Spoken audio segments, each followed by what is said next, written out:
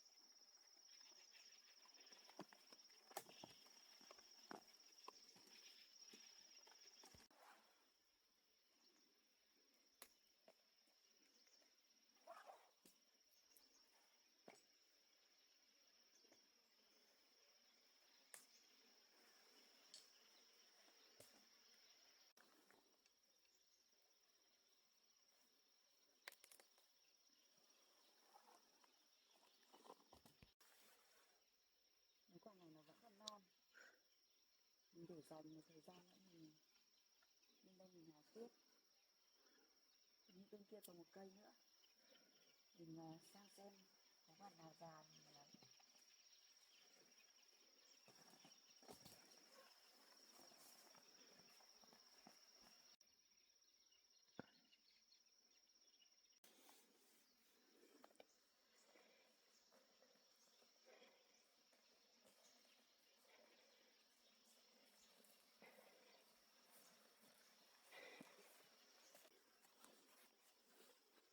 Cái này con lấy cả chắc chín rồi, mình sẽ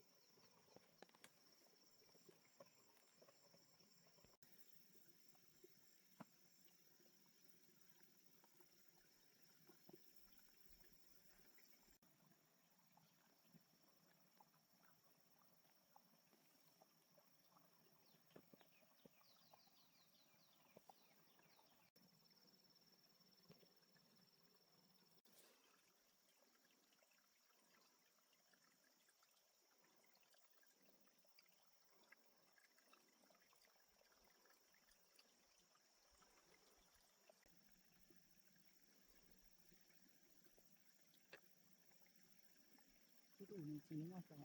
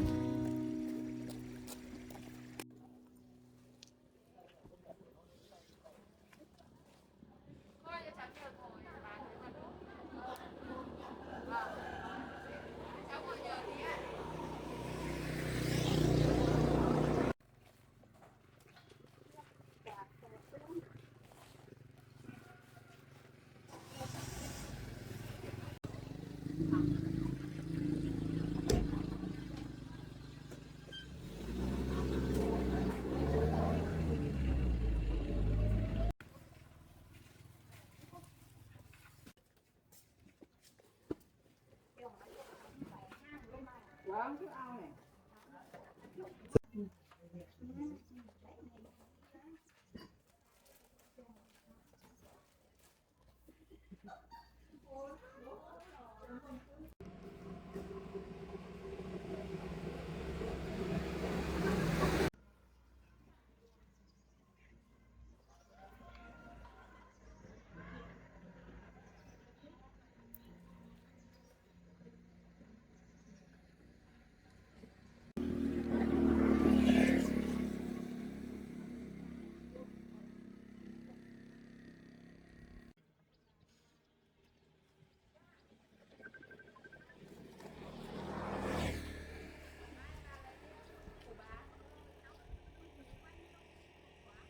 Bán 10.000 quả nữa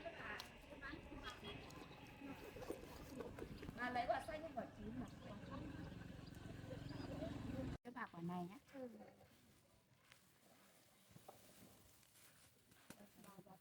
Vâng, cháu xin ạ. Cảm ơn bà nhé. Cháu thấy bà có tuổi rồi thôi, cháu cho bà thêm một quả chín này về bà ăn luôn được bà. Thế cho bà xin nhé. Vâng. Cho bà xin. Dạ vâng.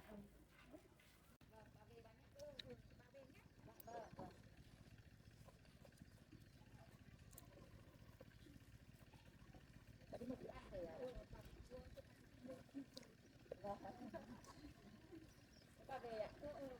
Bà về nhé. Vâng.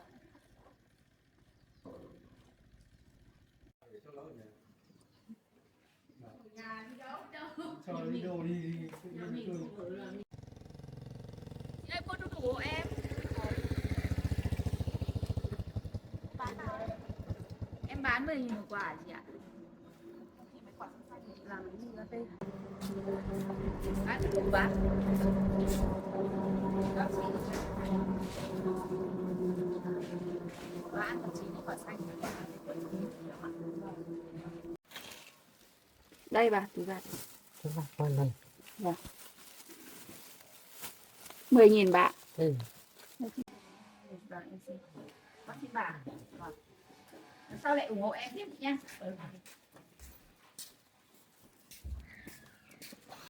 Cháu ơi, đu đủ bán bao nhiêu một quả vậy cháu? Cho bán 10.000 quả cô ạ. Để cho cô một quả. Dạ vâng. Thì cô ăn quả nào ạ? nào được cô cứ chọn cho cô quả chín chín được. Cháu lấy quả này cho cô nhé. Khi nó tập thể cứ đi Đây đi cô có cháu thể lấy. đừng có vâng ạ, thì đánh châm gửi thằng hết à.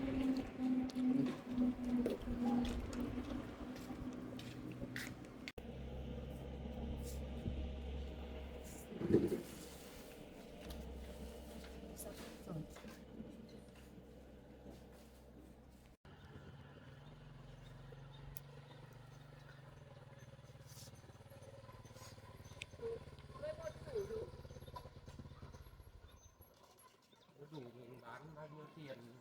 Cháu bán 10.000 một quả chứ ạ? 10.000 một quả. Vâng. Chú mua. Cái này là 4 quả. Vâng. 1 quả 40.000. Vâng. Rồi lấy cho chú sắt đi. Chú lấy hết ạ? Lấy hết luôn. Cháu cho này 2 túi chú. Vâng.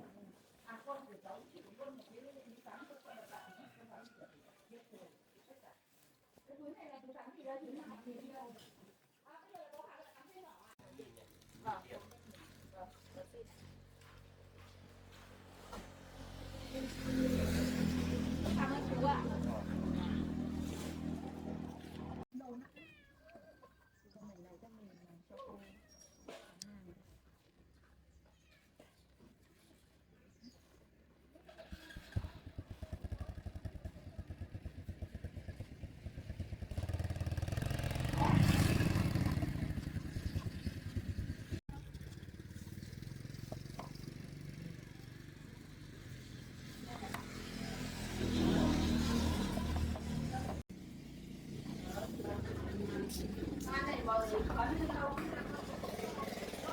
Cháu chụp cứng. Đây ra được.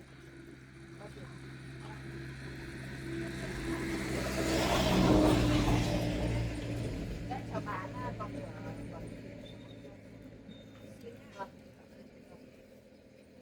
cháu cảm ơn cháu về đây.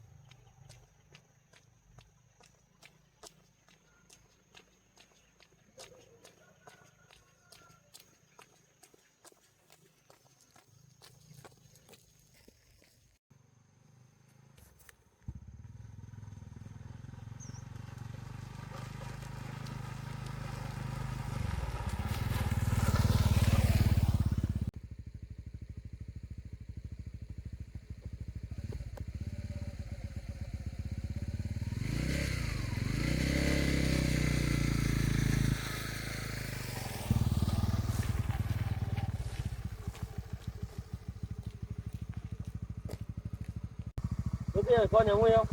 Đi phải đi ạ.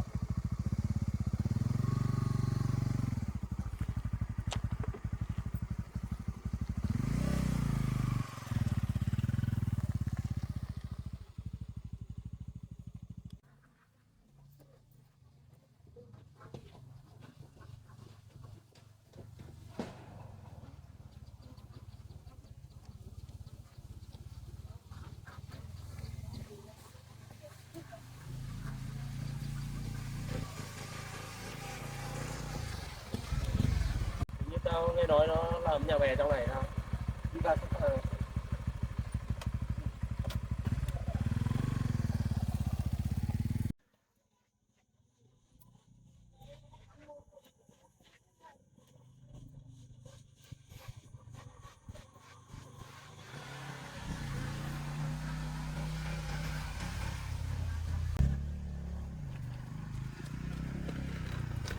ơi, Mày đứng lại. Các anh là ai mà sao lại chặn đường tôi ạ? Mày là con gái Huy không? Em không biết các anh nói gì ạ. Anh định làm gì với tôi đấy? Bố này nợ tiền của tao rồi trốn mất rồi sao ấy, giờ chúng mày phải trả. Tôi không biết chuyện đấy ạ. Giờ tôi sống một mình, không liên quan gì đến họ đâu ạ. Không liên quan là sao? Bố mẹ mày trốn biệt tích rồi. Bây giờ mày ấy, là người phải trả thay. Thế bố mẹ tôi nợ các anh ấy có giấy tờ đầy đủ không? Và số tiền nợ là bao nhiêu? Cả gốc cả lãi là 200 triệu. Số tiền lớn đấy làm sao tôi có đủ để trả cho các anh? Cái đấy không phải việc của tôi. Cô là phải trả thay cho bố mẹ cô. Số tiền lớn như vậy ngay lúc này thì tôi không có. Các anh phải cho tôi thời gian để tôi thu xếp rồi trả cho các anh. Mày muốn thời gian bao lâu? Tao cho mày đúng 3 ngày rồi. Không trả tiền tao đừng có trách. Tao biết mày làm mỗi giờ đủ trong này đấy. 3 người nữa tao quay lại. Mày không trốn ở đâu.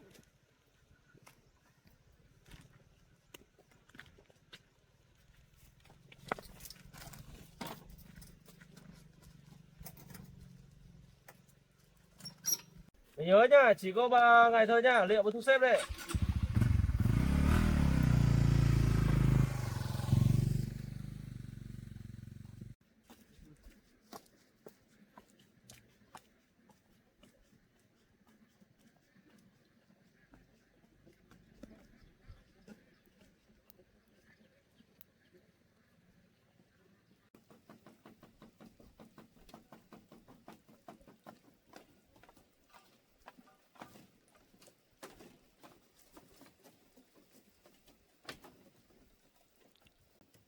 Chắc bố mẹ mình đã bán nhà để trả nợ rồi.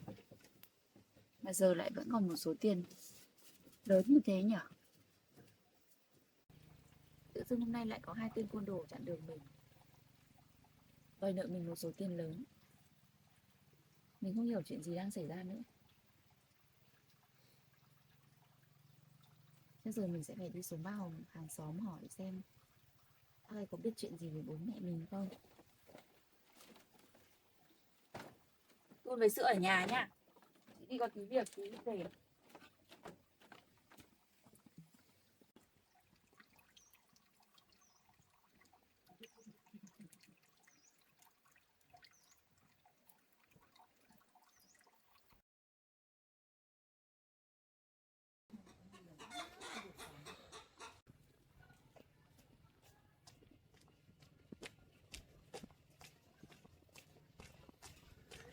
Biết bác có nhà không?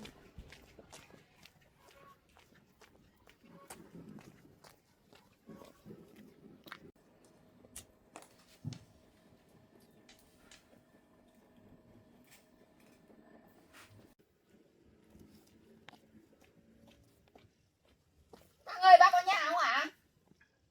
Bác ơi. Dạ, con chào bác. À, cháu. Vâng. Cháu xuống đây chơi à? Đi vào nhà đi. Dạ Con vâng. đứng đấy. Bác đang làm gì đấy ạ? Bác làm gì đâu, ngồi bếp tí thôi.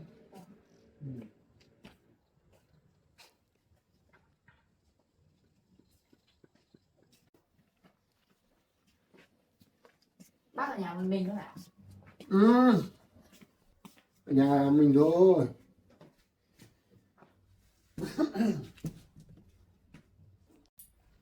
Uống nước đi cháu. Dạ vâng ạ. Thế mày không làm gì thế sao mà lại có cái việc gì lại xuống để hỏi bác thế này?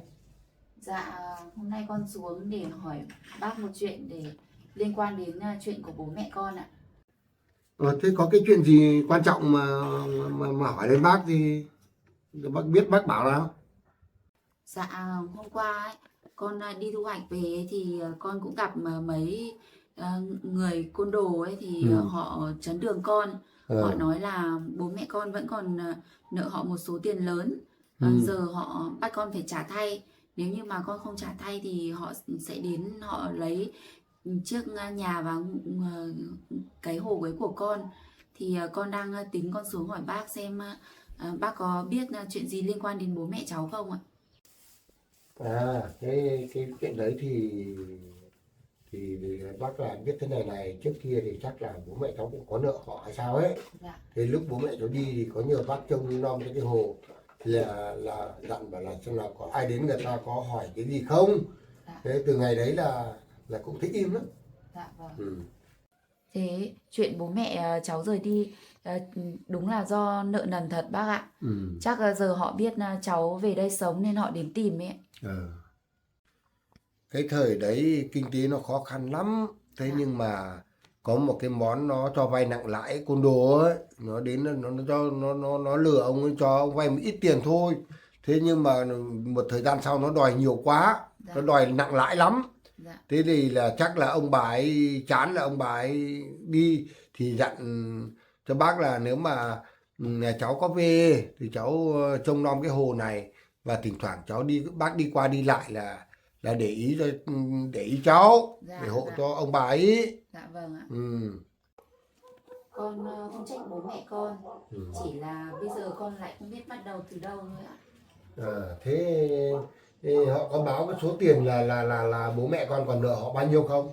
Hôm qua họ báo với con số tiền lên đến 200 triệu bác ạ. Ờ. Mà bao nhiêu năm con đi làm cũng không tiết kiệm được số tiền đó. Nó quá lớn đối với con. Rồi. Cái số 200 triệu đấy thì quá nhiều thật đấy, nhưng mà thôi cháu cứ yên tâm đi. Dạ. Bác sẽ có cách nhá, là bác cháu mình làm sao mà quyết tâm phải giữ lại cái hồ đấy. Còn nợ nần chúng nó thì để bác khắc tìm cách đấy. Dạ. Bác không để chúng nó tự lấy không thế được đâu. Vâng. Cháu cứ yên tâm đi. Dạ con cảm ơn bác nhiều ạ. Con cũng sẽ cố gắng hết sức mình ạ. Nhưng mà thế này nhá, ở trên đấy nhá, bây giờ là tối đến ấy, là con không đi lại đâu nhá. Dạ. Bởi vì bọn nó biết con ở đấy rồi là nó đến nó dọa đấy. Dạ Thì vâng. có cái gì thì là cứ gọi cho bác nhá. Dạ vâng ạ. Không sợ đâu. Biết câu chuyện như vậy rồi thì giờ cũng muộn rồi đấy. Con xin phép bác con về. Bởi vì bọn chúng cho con thời hạn có 3 ngày để lo đủ số tiền đó. Nhưng mà con về để con xem thu xếp được ít nào, chắc là con giả bớt cho họ thôi ạ. Cái đấy thì con cứ về để thu xếp xem có được bao nhiêu thì giảm cho họ đâu. Còn để bác khắc tính cho nhá. Vâng. Không lo đâu. Dạ. Cái bọn này thì không lo bọn này đâu. Vâng, thế con xin ba con về đấy ạ. Thế con về nhá. Vâng, con chào bác ạ.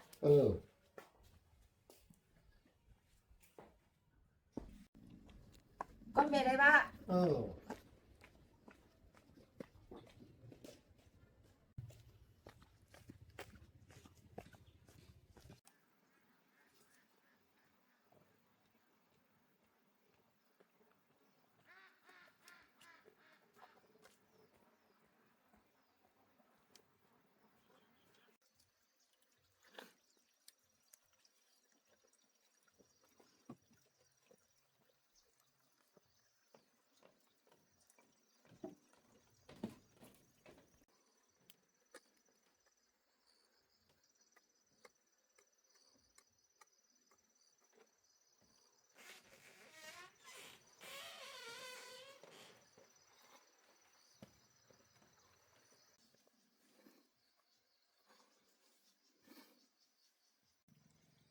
Mình không trách bố mẹ mình, vì bố mẹ mình đã phải chịu quá nhiều là áp lực nên họ mới quyết định rời khỏi nơi này. Mình chỉ mong ở nơi xa bố mẹ mình luôn luôn mạnh khỏe và bình an. Giờ chị em mình ở với nhau sẽ phải cố gắng. Chị sẽ tìm cách để giúp bố mẹ chị trả hết món nợ này và giữ lại chiếc hồ này, để khi họ trở về họ có chỗ để ở.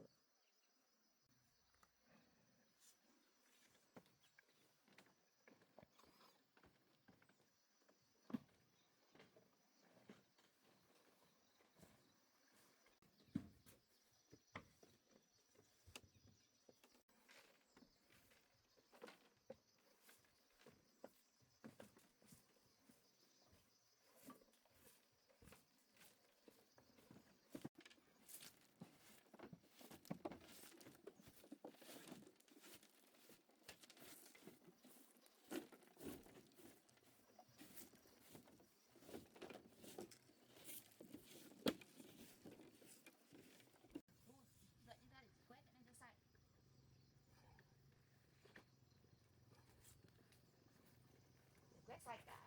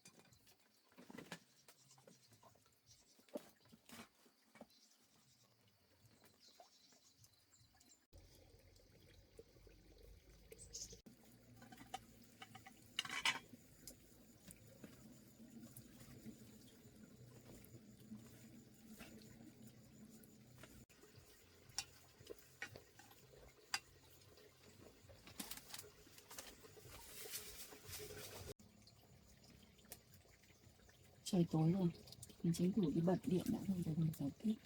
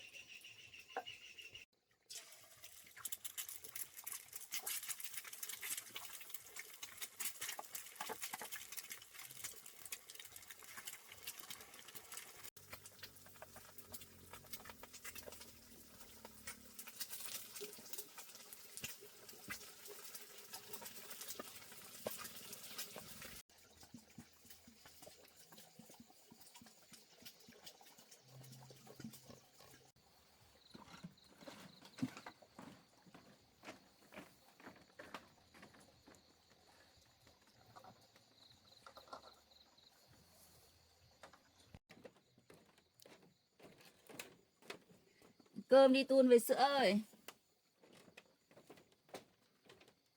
Cơm đi.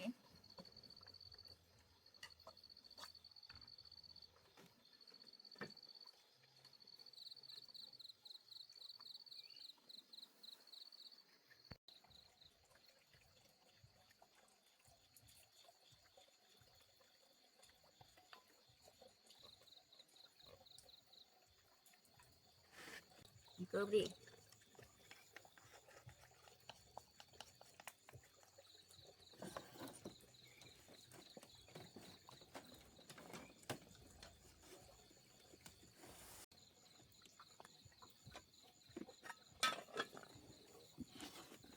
Tun về sữa ăn cơm đi nhá.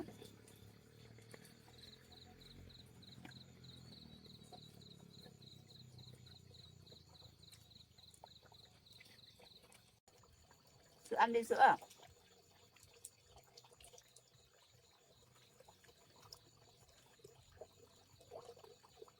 Sữa à? Ăn đi.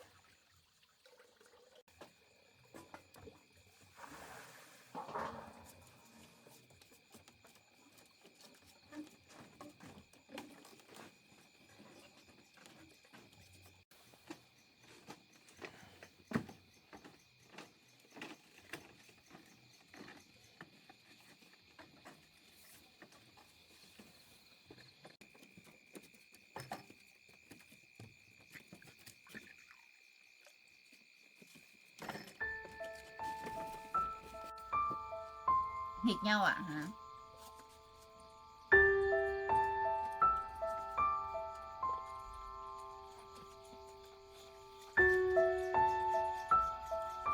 Uống nước không?